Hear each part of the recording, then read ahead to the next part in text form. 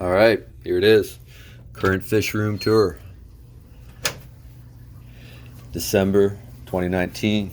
Got the crystal red 40 gallon over here. Got the Tanganyikan 125. This is a 10 gallon with green jades. This is a 10 gallon with blue dreams. Over here we have a 20 with Zoo Ganoticus tequilas in it. That's a type of Gadiad. The Antinebius towerize, and there's some blue pearl shrimp in there as well. I just got done cleaning up this one, so it's a little dirty, sorry. This is Amica splendens in here, that's another Gadiad, and some more green jade shrimp. Over here I got black Moscow guppies and green jade shrimp. Let's start down here. We have type 31 endlers, a whole bunch of snails and guppy grass, and also Crocodon lateralis are in there as well. Let's see if we can see one of those. They're all hiding in the back, but that's okay. Over here we have Neolamprologus multifasciatus, shell dwellers, and we also in this tank are breeding Everglades sunfish, believe it or not. Here's one of them right down here, as a matter of fact. Let's see if we can get a zoom in on him.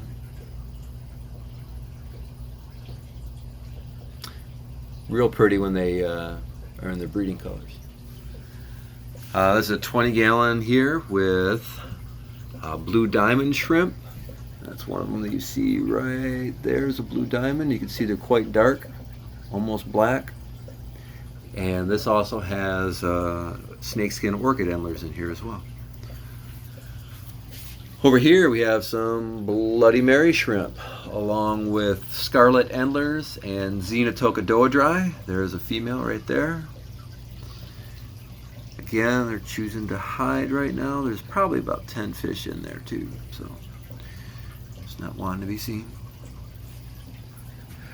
Up here is a 29 with platinum pearl scale blue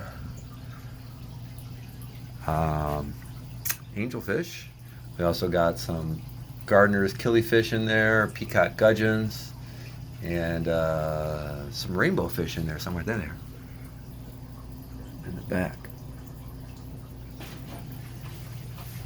Here's a 29 with my orange shrimp grow out tank. You hear the auto water change system going on right now. That's what that squirting sound is.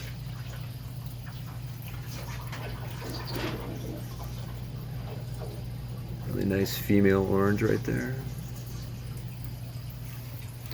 This is a 40 gallon. This is my main Bloody Mary shrimp tank.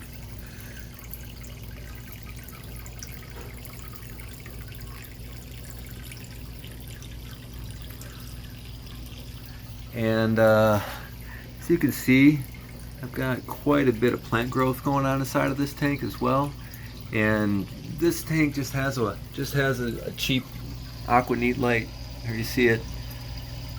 So you can grow good plants, look really nice even under cheap lighting. You do not have to have a expensive Fluval light or anything else like that. You can still do it on lower. Now there are some plants obviously that are going to do better if you have higher light, but you can still grow really nice plants, even red ones, under lower light. Let's see, this is a 55, I think. And in here we have the Ilidan furcidens. That's the trout Gadiad. That's what you're looking at right there. And I also use this as my cull tank for any other live bearers I have. And the reason I do that is because these fish right here have a tendency to eat all their babies if they aren't distracted enough. So inside here are all my Endler culls and guppy culls and platy culls and molly culls and everything, and they just do their own thing. That is a little bit higher light in this tank, by the way. That is a Beamswork light, and it does provide a little bit more,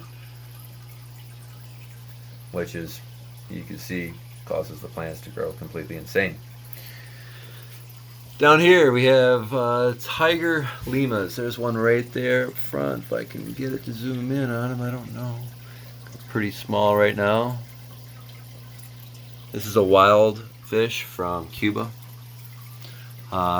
This is a tank of Limia vittatas. These are a type of wild, maybe I can get him and her in. This is a wild type of molly. We're in the same family as mollies.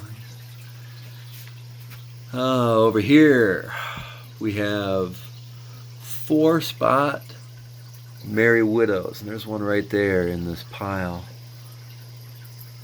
4-spot Merry Widows, really cool little live bearer.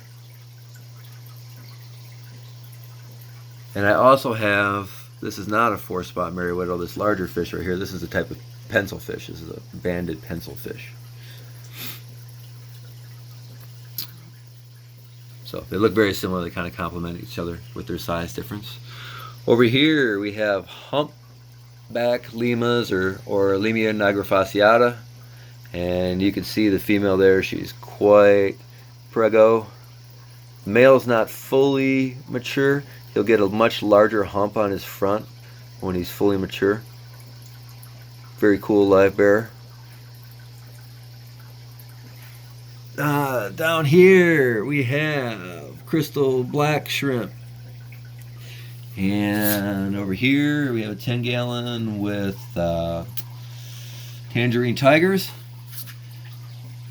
This tank has one Crocodon lateralis in it, who's just really mean. He's not a nice fish, and he keeps beating up on all the other fish, and I gotta clean up this tank, but nonetheless he's in there. And over here we have our golden bee shrimp, and there's not many in there right now, so I'm trying to zoom in on one for you.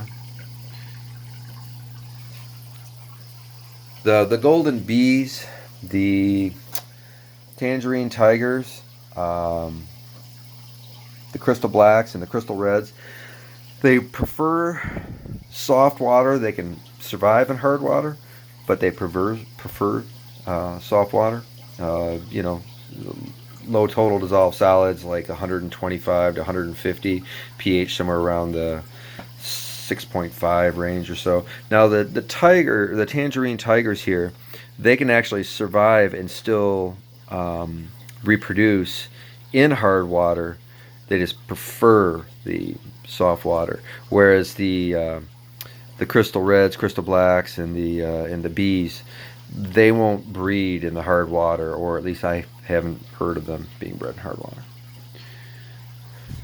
Over here we have this is a 25 or 20 gallon here that I use as a QT tank, so nothing really interesting going on there. Down here I have another 20 gallon that I use as QT. In there right now is some long fin albino salt and pepper cories, and I got some standard color ones over here too that also have the long fin trait. Over here we have a 20 long with my yellow shrimp colony in it, and they're starting to get to the point now where I'll have some available. Up here have a tiny little light on 20 long, and this has my crystal black shrimps in it. Let me see if I can find one for you.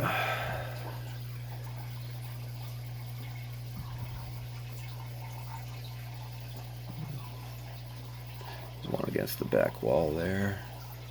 Unfortunately, he's not the biggest one. But, they're black neocaridinias. Yes, that moss was grown with that light right there. No algae in it. This is actually a much larger light, and you can look here at this moss, you see some brown in there, and that's diatom algae. And the reason you're getting that diatom algae is because that that moss can't use up all the nutrients that are in there, and there's something out of balance. So, whereas this one right here, apparently I've got things more in balance. All right, up here, 40 long. Inside of the 40 long, we have some blushing blues, and we also have a very large platinum pearl scale female right there. We also have some Calochromis red macrops in there. There's one of them right there, and that's a type of cichlid. And they're pretty much kind of aggressive with each other. This is Lake Tanganyikan cichlid. They're kind of aggressive with each other. They're pretty territorial, but they haven't picked on the angelfish, and the angelfish haven't picked on them. So, kind of liking the little the pairing there. It's kind of interesting. Also in here are some Aspidoras spilotus. Down here we have this is the reason it's cloudy is this is both my my worm colony. You can see the worms sticking out of the substrate right there, over here in the corner. And this is also Xenotoca lion's eye that's inside here. So obviously they're fed quite well. This is a newer tank that I set up not too long ago. It's a 10-gallon that I set up specifically for bringing all my Danios inside from winter. So that's what they're doing in there, chilling out. There's quite a bit of fin damage on them when I brought them in. I don't know if there was something in the pond outside that was kind of chewing on them, but quite a bit of frayed and torn fins. So something was not happy to have these guys out there. I did see some frogs and some turtles in the pond this year. One turtle. So maybe they tried to eat them up. Oh, and down here on the floor, there is, I have a tub. This is my grow out for all my bristlenose plecos. And there are 3 different types of bristlenose in there right now. And over here I have some more. This is kind of like an indoor pond. You can see it's a 40-gallon tub on the floor. I have some more Zoogonoticus tequila goodides or goodiads. So that's it. That's all I got downstairs.